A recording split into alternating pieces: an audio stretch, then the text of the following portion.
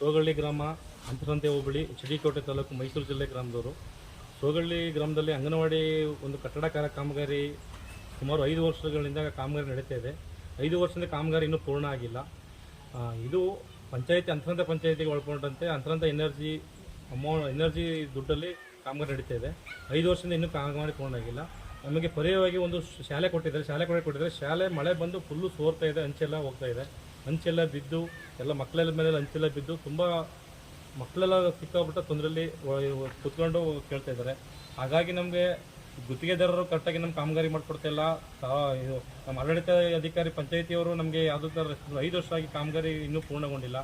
ಮಕ್ಕಳೆಲ್ಲ ರೋಡಲ್ಲಿ ಕೂತ್ಕೊಂಡು ಪಾಠ ಕೇಳಿಸ್ತಿ ಆಗಿದೆ. ನಮಗೊಂದು ಇದು ನಮ್ಮ ಶಾಸಕರು ಇದನ್ನು